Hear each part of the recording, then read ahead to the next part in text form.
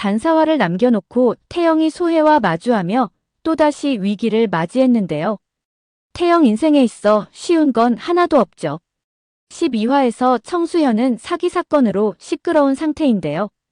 현감이 바뀌자마자 또다시 사기 사건이 발생한 것이죠. 그런데 문제는 사기 사건 피해자가 한둘이 아니라는 것인데요. 외지부 사무실에는 하루가 멀다 하고 사건이 접수되고 있는 상황입니다. 태영은 피해자들을 변론하기 위해 본격적인 조사에 나서기 시작하는데요. 그런데 예상치도 못한 큰 난관에 부딪히게 됩니다. 바로 새로 부임한 현감이 김낙수이고 꿈에서도 마주하고 싶지 않았던 소혜가 청수현에 나타난 것이죠. 그런데 사기 사건 배후로 지목되는 것이 바로 김낙수인데요. 김낙수는 재산은 많았지만 출신이 변변치 못해 누구보다 번듯한 관직을 갖고자 했는데요. 소혜를 박준기 첩으로 들인 이유이기도 합니다. 그 결과 박준기로부터 현감직을 받은 것이죠. 하지만 그의 현감 자리 또한 오래 보존되기는 어려울 것으로 보이는데요. 사기 사건의 핵심 인물이 바로 현감이기 때문이죠. 물론 그 배후에는 더 큰 거물인 박준기가 자리하고 있습니다. 그는 좌수에게도 청수현을 살리는 방법으로 투자 제안을 했었는데요. 하지만 느낌이 좋지 않은 좌수는 이를 거절했죠. 그런데 탐욕이 강한 홍씨 부인이 결국 사고를 치고 만 것인데요. 이 투자의 중심에 바로 홍씨 부인이 있었던 것입니다. 그것도 좌수 부인이라며 사람들에게 투자 제안을 했던 것이죠. 본격적인 수사에 들어가게 되면 이번에야말로 무사하지 못할 것으로 보이는데요. 현재로서 그가 기댈 수 있는 유일한 사람이 바로 외지부 옥태영이 아닌가 싶습니다. 태영의 외지부 실력은 이미 모두가 알고 있는데요. 홍씨 부인은 자신을 살려달라며 태영에게 매달릴 것으로 보이죠. 태영이 노비라는 소문을 소혜가 내고 다닐 때도 앞장서서 아니라고 두둔하지 않을까 싶습니다. 소혜는 추노꾼을 풀어 10년 동안 구더기를 찾아다녔는데요. 그토록 찾고 싶었던 구더기를 드디어 청수현에서 만나게 되었죠. 그런데 이게 어찌 된 일일까요? 얼굴은 분명 구더기인데 양반 행세를 하며 외지부까지 하고 있는 것이죠. 결국 김씨 부인에게 도움을 받고자 그를 찾아가는데요. 하지만 그에게 돌아온 것은 망상증 환자냐는 소리였죠. 게다가 정실 부인도 아닌 것이 본부인 행세를 하고 다닌다며 나대지 말라는 경고까지 듣게 됩니다. 10년 동안 구더기를 찾아 헤맸는데 포기할 수 없는 소혜인데요. 그는 청수현을 돌아다니며 태영이 노비라고 소문을 내기 시작하죠.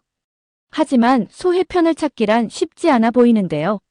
청수현에 있는 노비를 비롯해 양반까지 태영의 도움을 받지 않은 사람이 없죠. 김씨 부인 말대로 청수현에서 가장 존경받는 인물이 바로 태영인데요. 그런 태영이 양반이 아니라 노비라고 소리친들 믿을 사람이 있을 리 없죠. 그렇다고 이대로 물러날 소혜가 아닐 텐데요. 이제 소혜에게 남은 방법은 단 한 가지입니다. 바로 구덕이 아버지 계죽을 찾아 구덕이라는 것을 증명하는 것이죠. 사실 계죽은 승위도 찾고 있는 중인데요. 태영이 자신을 쫓는다고 오해를 했던 추노꾼들은 승위가 계죽을 찾기 위해 부른 사람들이었죠. 승위는 예인 시절에도 계죽을 찾기 위해 많은 노력을 했었는데요. 하지만 그를 찾기란 쉽지가 않았죠. 승위는 태영에게 시간이 걸리더라도 꼭 계죽을 찾아주겠다고 약속을 했는데요. 하지만 소혜가 등장하면서 더 이상 지체할 수가 없게 되어버렸죠. 만일 소혜가 계죽을 먼저 찾게 된다면 구더기가 위험해질 수 있는 상황이기 때문입니다. 그리고 소혜의 잔인성에 비추어 볼 때 그가 계죽에게 무슨 짓을 할지 알 수 없기 때문이죠. 현재 그가 데리고 있는 노비도 구더기의 탈출을 도왔다는 이유로 장애로 만들어버렸는데요. 남편은 혀를 잘라 말을 할 수 없게 만들고 부인은 다리를 절게 만들어버렸죠. 그렇다는 건 계죽에게는 더한 짓도 할 수 있다는 것입니다. 지금까지 계죽이 죽었다는 얘기는 없는 것으로 보아 분명 살아있는 것으로 보이는데요. 아마도 최종화에서 극적인 상황에서 등장하지 않을까 싶습니다. 그를 찾는 건 소혜가 아니라 승위일 것으로 보이는데요. 태영이 누명을 벗고 청수현에 돌아왔을 때 계죽이 선물처럼 그곳에 등장하지 않을까 싶습니다. 승위와 태영이 살기 위해서라도 소혜가 망상증 환자의 범죄자가 되어야 하는데요. 이제부터는 죽고 죽이는 게임을 해야 하는 상황이죠. 결국 김낙수와 박준기의 범죄를 밝히는데 올인할 것으로 보입니다. 드라마 시작부터 태영에게는 오라버니가 있는 것으로 나왔는데요. 하지만 현재까지 단 한 번도 등장한 적이 없습니다. 태영한테도 오라버니한테 인사차 가자고 했으나 한 번도 간 적이 없죠. 한씨 부인은 현재 한양에서 공부하고 있는 오라버니한테 가 있는 것으로 나오는데요. 일부 시청자들은 오라버니가 태영을 구하기 위해 암행어사로 등장하는 것이 아니냐라는 말들을 하기도 합니다. 충분히 그런 가설을 세울 수도 있어 보이죠. 그리고 태영이 위기에 처했을 때 암행어사 출두요 하고 등장한다면 정말 통쾌할 것 같습니다. 그리고 구더기를 괴롭힌 소혜부터 잡아들이는 것이죠. 현재 도겸 또한 홍문관으로 발령을 받아 한양에 가 있는 상태인데요. 어쩌면 두 사람 중 한 명이 암행어사로 청수연에 등장해 태영을 구해주지 않을까 하는 생각도 해봅니다. 그런데 여기서 한 가지 의문이 생기죠. 암행어사가 등장하는 건 박준기 일행을 벌하고 태영을 구하는 것이 목적일 텐데요. 만일 암행어사가 등장해 김낙수와 소혜를 벌해버린다면 태영이 재판받을 일이 없어지는 것이죠. 그런데 1화에서 태영이 광화문에서 재판받는 걸 볼 수 있는데요. 그렇다는 건 박준기 일행의 권력이 건재하다는 반증으로 볼 수 있죠. 재판장에 등장한 태영을 향해 사람들이 돌을 던지는 장면들이 나오는데요. 그 부분만을 본다면 태영이 비극적인 결말을 맞이할 거라는 건 모두가 예측할 수 있죠. 승위도 윤겸이 아닌 것이 밝혀진다고 볼 수 있는 부분입니다. 하지만 이것이 바로 작가가 의도한 부분이 아닐까 생각됩니다. 첫 장면에서 결말을 예측할 수 있게 보여줌으로써 극적인 반전 상황을 만드는 것이죠. 1화에서 태영이 보여준 모습은 아무리 외지부 태영이라 하더라도 너무나 당당했는데요. 죽음을 눈앞에 두고 있는 사람이라고는 전혀 볼 수 없었죠. 오히려 자신을 압송하는 관졸들을 주눅들게 만들었는데요. 어쩌면 태영이 관군에게 한 이 말에 답이 있는 것이 아닐까 하는 생각이 듭니다. 태영은 자신의 손목에 오라를 묶으려는 관군에게 이렇게 소리쳤는데요. 혐의가 있어 조사를 받으러 온 것뿐이니 묶어서는 안 될 것이라고 말이죠. 게다가 형구를 사용해서 안 되는 사람에게 사용하면 장 60대를 맞는다는 사실을 알려주는데요. 태영의 포스에 놀란 관군이 한마디 말도 못하고 바로 물러서죠. 결국 태영의 이 말에 답이 있는 것 같습니다. 혐의가 있어서 재판받으러 온 것뿐이라는 말이죠. 이 말인즉슨 자신이 구덕이라고 인정하지 않겠다는 말로 들립니다. 이곳 재판장에서 태영이 노린 것은 두 가지가 아닐까 싶은데요.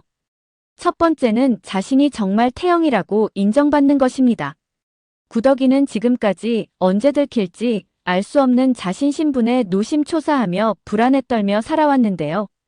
그래서 10년 동안 불면증으로 편하게 잠을 잘 수 없었죠. 아마 이곳 재판장에 구덕이가 아니라는 걸 증명해줄 결정적 증인이 등장하지 않을까 싶습니다. 바로 한씨 부인이죠. 구덕이는 윤겸의 청혼을 받았을 때 이런 날이 올까봐 거절했었는데요. 신분이 들통나게 되면 자신뿐 아니라 집안까지 위험해질 수 있기 때문이죠. 이때 끝까지 자신이 지켜주겠다며 혼례를 치르게 한 사람이 바로 한씨 부인입니다. 옥필승대감은 청나라 사신으로도 부임했던 모두에게 존경받는 분이었는데요. 그런 집안의 할머니가 자신의 손녀가 맞다는데 누가 아니라고 부정할 수 있을까요? 앙반인 한씨 부인이 노비인 구덕이를 자신의 손녀가 맞다고 편들 이유가 전혀 없기 때문입니다. 두 번째는 박준기와 김낙수 소혜를 처벌하는 것입니다. 이 임무를 맡은 사람은 바로 도겸과 승위일 것으로 보이죠. 특히 도겸은 현재 한양에 있는 홍문관에서 근무를 하고 있는데요. 당시 홍문관의 역할을 보면 조선시대의 국왕의 자문과 정책 연구 등을 담당한 관서라고 되어 있습니다. 어쩌면 임금을 가까이에서 대면할 수도 있는 자리인 것으로 보이죠. 특히 이들이 범죄를 밝혀 처단하려는 자는 호판대감인 박준기와 배후에 있는 병조 판서인데요. 이들이 상대하기에는 권력이 너무 거대하기에 아무리 범죄 혐의를 찾아낸다 하더라도 처벌하기는 쉽지가 않죠. 그래서 그 장소를 모두가 볼 수 있는 광화문 재판장으로 선택한 것이 아닐까 싶습니다. 이곳에서 비리를 낱낱이 밝혀 빠져나갈 수 없게 만들어버리는 것이죠. 그래서 사전에 도겸이 미리 작업을 치지 않을까 싶은데요. 권례의 만수삼에 대한 소문을 퍼뜨려 각고을에 심각한 피해가 발생하고 있다고 말이죠. 어쩌면 대대적으로 전수조사를 하라는 지시가 내려가지 않을까 싶습니다. 옥태영이 재판 과정에서 자신은 억울하게 무고를 당했다고 하소연할 것 같은데요. 청수현에서 만수 3사기 사건이 대대적으로 발생했고 자신이 피해자들 편에서 외지부를 맞자 자신에게 혐의를 뒤집어 씌웠다는 것입니다. 그 작자들이 바로 박준기와 현감이라는 것이죠. 승휘와 도겸은 결정적 순간에 짜잔하고 나타나 그동안 밝혀온 그들의 비리 범죄를 고할 것으로 보이는데요. 그리고 그들에게서 피해를 본 사람들을 증인으로 대동했을 것으로 보이죠. 결국 이들은 태영을 죽이려다 자신들이 날아가는 결과를 맞이하는 것입니다. 오늘 영상은 여기까지입니다. 구독, 좋아요는 언제나 제게 큰 힘이 됩니다.